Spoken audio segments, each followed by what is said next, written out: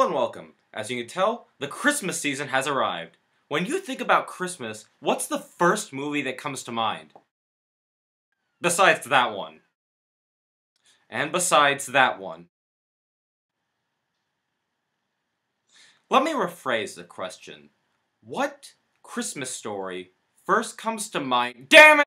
I'm talking about A Christmas Carol. Who could possibly forget this little sparkling gem? Written by Charles Dickens and published in 1843, A Christmas Carol has left a lasting impact on how we perceive Christmas, the poor, even capitalism, as some other critics point out. It's the story of one man's redemption from a cold and bitter man into a man of kindness and charity towards his fellow human beings. And there is no better way for a film buff like me to start off the Christmas season than to watch A Christmas Carol. Which one, you might be asking, since there are too many versions to count?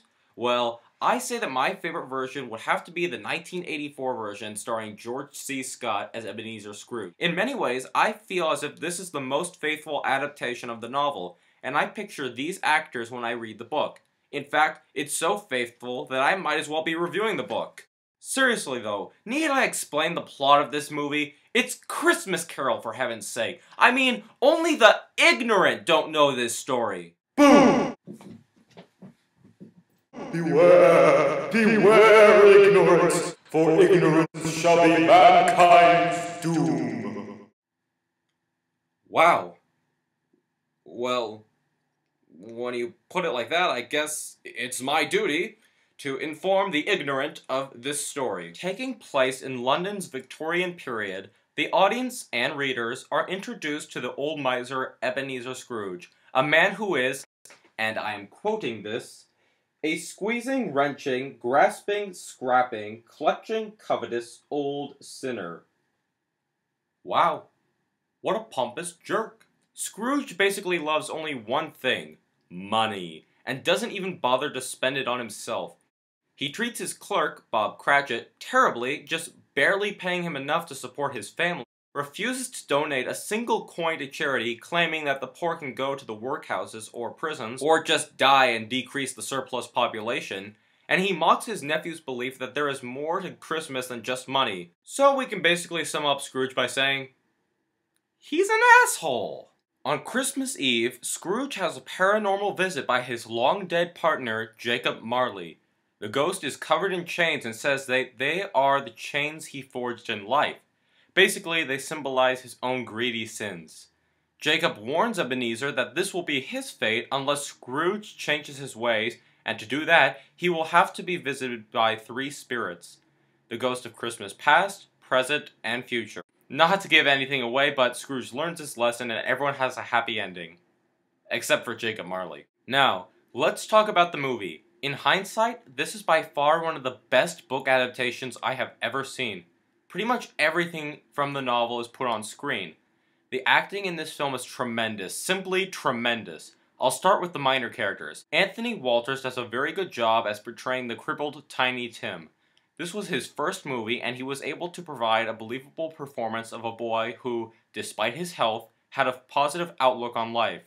Granted, there are one or two scenes where his cuteness seems forced, but I won't hold that against him. Thinking long and hard, I can't remember a Bob Cratchit that was so sympathetic and likable as this one portrayed by David Warner. That surprised me, considering that this is the guy who played that slimeball henchman in Titanic.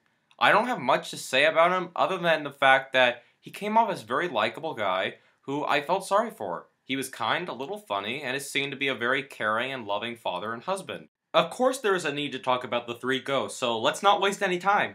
Angela Pleasance portrays the ghost of Christmas past in an interesting way.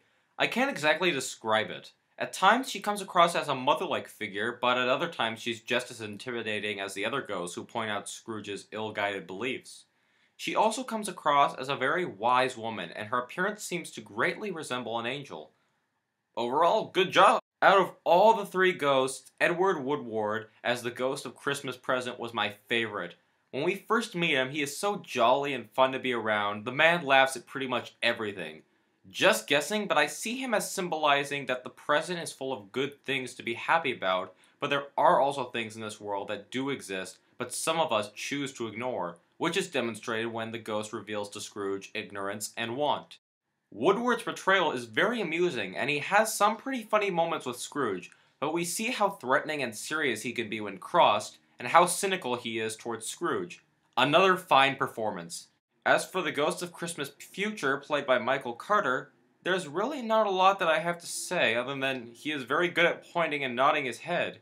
I'll give him some credit though, he is still terrifying as all hell, even if the only thing you can see is his hand. Once again, I must point out the symbolism, which pretty much anyone can see. The Ghost of Christmas Future pretty much appears to represent the unknown and the ambiguous. The fact that we can't see or hear him greatly justifies this theory. In short, a good portrayal. Finally, we get to the true stars of this movie, George C. Scott as Ebenezer Scrooge, and Frank Finlay as Jacob Marley. As soon as I saw Finlay walk into Scrooge's room, chills ran down my spine. Some of that was because of the brief effect of him looking transparent, but soon that effect is gone and he looks like a solid human being, minus his whole appearance being blue. You can really see the pain and anguish he is going through, the way he walks with the chains, the rough tone in his voice, and his emotional breakdowns in front of Scrooge. I especially love how they set up his scene with Scrooge. The two of them are just sitting in chairs across from each other, simply talking. What makes this an interesting scene would be the lighting. It's dark and dim on Marley's side, but perfectly bright on Scrooge's side. It was a perfect contrast. Bottom line, this Marley got everything right, and Frank Finlay is the first person I think of when I talk about Jacob Marley. So at last, we come to the man himself, George C. Scott as Ebenezer Scrooge. Like I said about Marley, George C. Scott is the first person I think of when I talk about the character of Scrooge. Obviously, there are many actors who have portrayed Scrooge, and I like many of them. Seymour Hicks, Basil Rathbone, Frederick March, Patrick Stewart, and even Michael Caine. The question is, why do I prefer George C. Scott? Well, I think that this was one of the first times Scrooge is portrayed less as a grump and more of a smartass. Mind you, he still is a cranky old man, but I love how he talks back to people. When his nephew Fred wishes him a Merry Christmas, the first thing he does is laugh, like his nephew told him a joke. When he is pushing a sales offer, he simply steps aside to wait for the response of the buyers, still smiling and knowing that he is going to get what he wants. He even finds the concept of the poor dying to be amusing. But it's Scrooge's interaction with the ghosts that sell his performance. We see a slightly tender side of him when he is in the past, but that doesn't last long. When he's in the present, he appears to show some signs of compassion towards the Cratchit family and his nephew, and the poor of London. And we then finally see Scrooge's despair and regret when he sees what awaits him in the future. In fact, one of my favorite scenes in the whole movie is his response to when he learns that Tiny Tim is dead. Lastly, it is Scrooge's redemption that seals the deal on this fine performance. I completely bought that George C. Scott decided to change his ways and become a better person. What else is there to say about this fine performance? This, my friends, is Ebenezer Scrooge. Well, I had a great time with this Christmas special? Review? I don't know. Well, happy holidays to all of you out there. Merry Christmas, Happy Kwanzaa, Happy Hanukkah, and Happy Life Day. Until then, this is O.M.M. signing out and wishing all happy holidays.